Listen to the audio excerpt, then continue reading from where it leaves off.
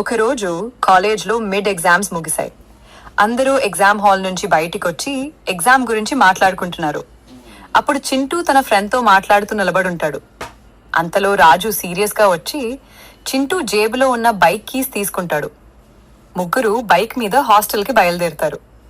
రాజు drive చేస్తూ చింటూ మరియు మరో ఫ్రెండ్ వెనకాల కూర్చుని నవ్వుకుంటూ వెళ్తున్నారు. అప్పుడే రోడ్డులో ఒక బురద గుంట ఉంటుంది. అదే సమయంలో పక్క నుంచి ఒక లారీ వేగంగా వెళ్తుంది. లారీ వెళ్లడంతో మొత్తం బురద రాజు మీదే పడుతుంది.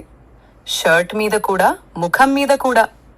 వెనకాల కూర్చున్న చింటూ మరియు ఫ్రెండ్ మాత్రం క్లీన్గా ఉంటారు. వాళ్ళు నవ్వుతూ అంటారు, అరే రాజు, థ్యాంక్స్ రా, నువ్వు లేకపోతే ఈ బురద అంతా మాకు పడేది. రాజు కోపంగా వెళ్లి ముఖం కడుగుతాడు. తర్వాత హాస్టల్లో హడావిడి బుగుతాడు. తర్వాత హాస్టల్కి వెళ్ళి షర్ట్ను సర్ఫ్తో ఉతుకుతాడు. కానీ కొన్ని మచ్చలు మాత్రం పోవు. మరుసటి రోజు అదే షర్ట్ వేసుకుని రాజు క్లాస్కి వెళ్తాడు.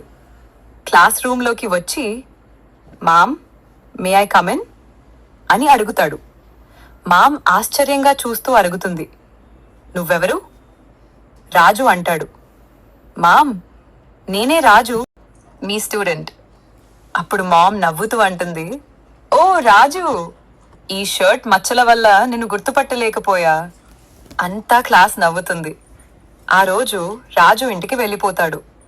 ఇంటికి వెళ్ళాక రాజు తన అమ్మకు ఫోన్ చేస్తాడు.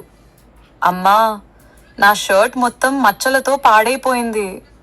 అమ్మ కోపంగా తిట్టుతూ, ఎప్పుడూ జాగ్రత్తగా ఉండలేవా నువ్వు? ఎక్కడికి వెళ్ళినా ఇలా మురికి చేసుకుని వస్తావు. సరే, ఇంకేం చేస్తాం, కొత్త షర్ట్ కొనుక్కో అని చెప్పి 1000 రూపాయలు పంపిస్తుంది.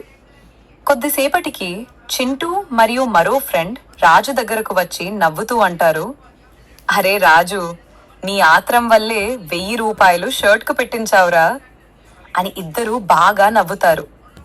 రాజు వాళ్ళని కోపంగా చూస్తాడు. కానీ చివరికి అందరూ కలిసి నవ్వేస్తారు.